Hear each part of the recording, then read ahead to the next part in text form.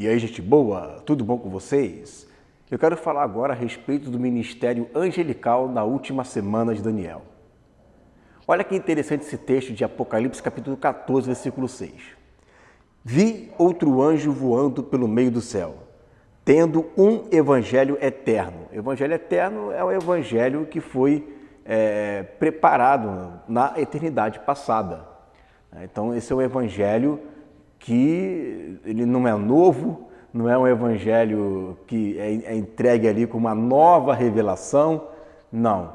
Não é uma outra Bíblia, né? Não é uma outra escritura, é sempre o mesmo evangelho, é sempre a mesma coisa, tá? Mas com revelações diferentes. Essas revelações estão incutidas na palavra, tá? Não é nada fora da palavra. Para quê? Para qual propósito que esse anjo vem? Para pregar aos que se assentam sobre a terra e a cada nação, e tribo, e língua e povo, dizendo em grande voz: temei, dai-lhe glória, pois é chegada a hora do seu juízo, e adorai aquele que fez os céus e a terra e o mar e as fontes das águas. Bom, a primeira coisa que a gente tem que ter em mente é o seguinte: anjo prega a palavra? Não. Anjo não prega a palavra, tá? Esse ministério de pregação da palavra não não se confere aos anjos essa autoridade, né? Nada disso. Aos anjos, eles não têm essa autonomia para poder pregar a palavra. Então, como que se explica esse texto que fala que os anjos, esse anjo específico, vem para pregoar, né?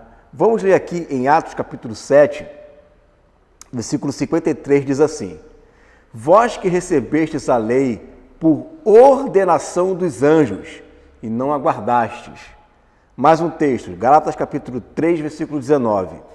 Logo para que a lei foi ordenada por causa das transgressões, até que viesse a descendência a quem a promessa tinha sido feita, e foi posta pelos anjos na mão de um medianeiro.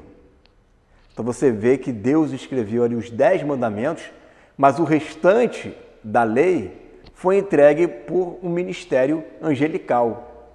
Esse ministério angelical, eles ensinaram para Moisés, um medianeiro, o que deveria ser feito ou não. Revelações, explicações, né? Claro que tem revelações ali, tem revelações do Éden, né? Tem revelações ali, né, do dilúvio. Isso tudo foram anjos que levaram essa palavra, né? Levaram essa palavra para Moisés. Não apenas isso, a gente vê clarissimamente, né, que esse ministério angelical é um ministério que em todo tempo a gente enxerga ele nas Escrituras. Não apenas ensinando. Você vê quem é que estava ensinando a Daniel? Um anjo. Quem é que está me ensinando a Ezequiel? Um anjo. Quem é que está me ensinando para Zacarias? Um anjo. Então, os anjos têm participação nisso, porque eles são espíritos ministradores. Eles são espíritos ministradores. Então, eles têm participação. Olha que interessante, a gente fala muito a respeito, né?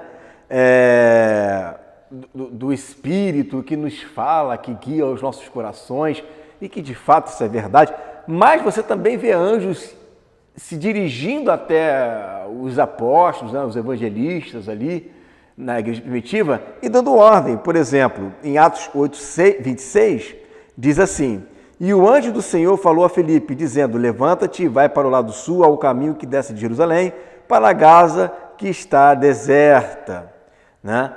Então você veja ali um anjo dizendo para ele, existia naquela época um ministério forte, né, de anjos que apareciam para os apóstolos, e não somente para os apóstolos. Você vê que lá quando está lá Maria, né, diante do túmulo de Jesus, tem um anjo lá, né, e ela achava que era um jardineiro. Então o ministério angelical fala lá com o Zacarias, né, esposo, né, de Isabel. Então você vê que o ministério Isabel ou Ana, acho que é Ana, né, a mãe de João Batista. Então, você vê que o ministério ali é um ministério fortíssimo de anjos, que eles o tempo inteiro estão falando, olha, o que vai nascer de ti é do Espírito Santo, né? Fala lá com Maria, né? Então, os anjos, eles tinham, né, essa autonomia para poder falar. Inclusive, né, com Cornélio também. Né? Cornélio, em Atos capítulo 10, foi um anjo de Deus que apareceu a Cornélio e deu ali a eles instruções, né, através de uma visão que ele teve. Tá? Muito bem, nós vemos isso aqui, nós vemos em Atos capítulo 11, dizendo o seguinte, ó, e contou-nos como vira em pé um anjo em sua casa, e lhe dissera, envia homens a Jope, e manda chamar Simão, que tem por sobrenome Pedro.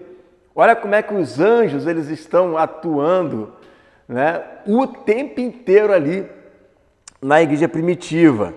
E em Atos capítulo 12, você vai ver uma outra coisa interessante, olha só.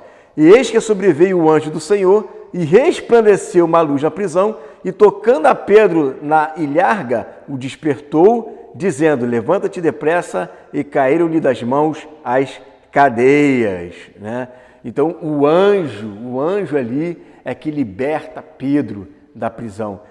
Em Atos, a gente vai ver vários relatos, né? E Atos 27, um anjo aparece para Paulo. Então, você está vendo ali vários relatos o tempo todo dos anjos. E em Apocalipse capítulo 14, não somente Apocalipse capítulo 14, o Apocalipse inteiro, ele é um livro onde se dá destaque também aos seres angelicais. Os anjos estão ali aparecendo em todo o tempo, praticamente quase em todos os capítulos, você vê o ministério angelical. É o que eu sempre digo quando eu vou falar sobre a última semana de Daniel. O céu ele fica em polvorosa, né? É uma correria para lá, para cá, né? Desses seres angelicais.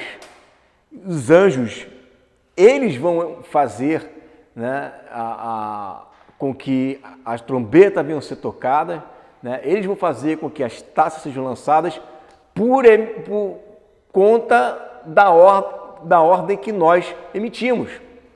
Então nós vamos emitir a ordem e eles vão obedecer. E aí a gente vê anjo pregando, mas anjo não prega. Né? Então o que acontece? Ele traz uma revelação da palavra e por meio dessa revelação nós ensinamos.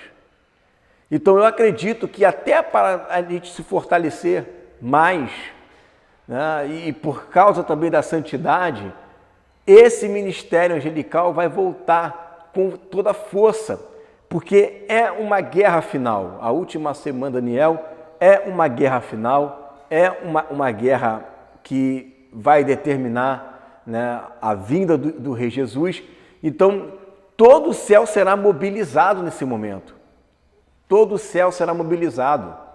A gente vai ver anjos atuando de uma forma como nós nunca vimos. E isso vai nos fortalecer também. Porque uma coisa é você enfrentar uma guerra, enfrentar uma luta desse jeito assim, pela fé. Nós já temos a fé, como os apóstolos tinham. Mas você imagina você enfrentar tudo isso e você está vendo alguém te ajudando. Lembra de Jesus lá no Getsêmani? Quando ele estava para ser crucificado, vieram os anjos e consolaram Jesus.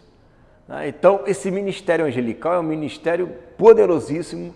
A gente não tem uma ideia assim, porque a gente não vive isso, a gente não passa, né?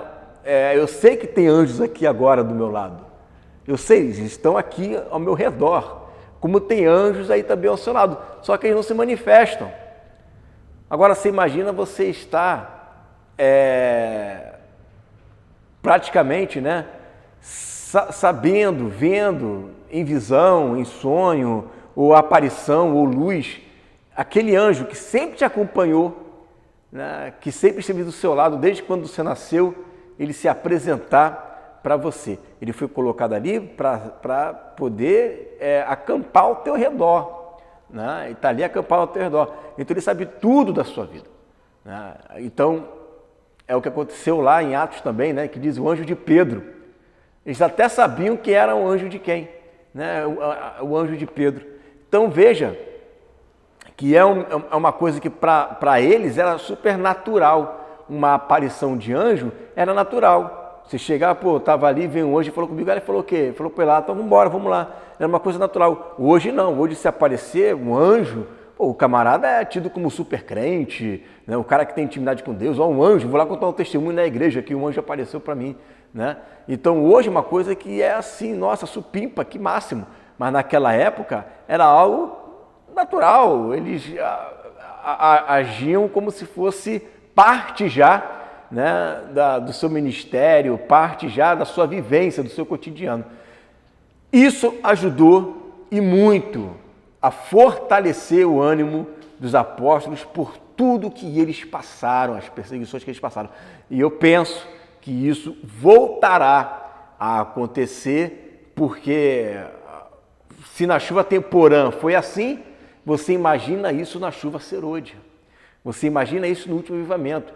Você imagina como que todo o céu e a terra será mobilizado para destronar Satanás e implantar, né, o reino vindouro, o mundo vindouro, né, o reino do Senhor Jesus Cristo.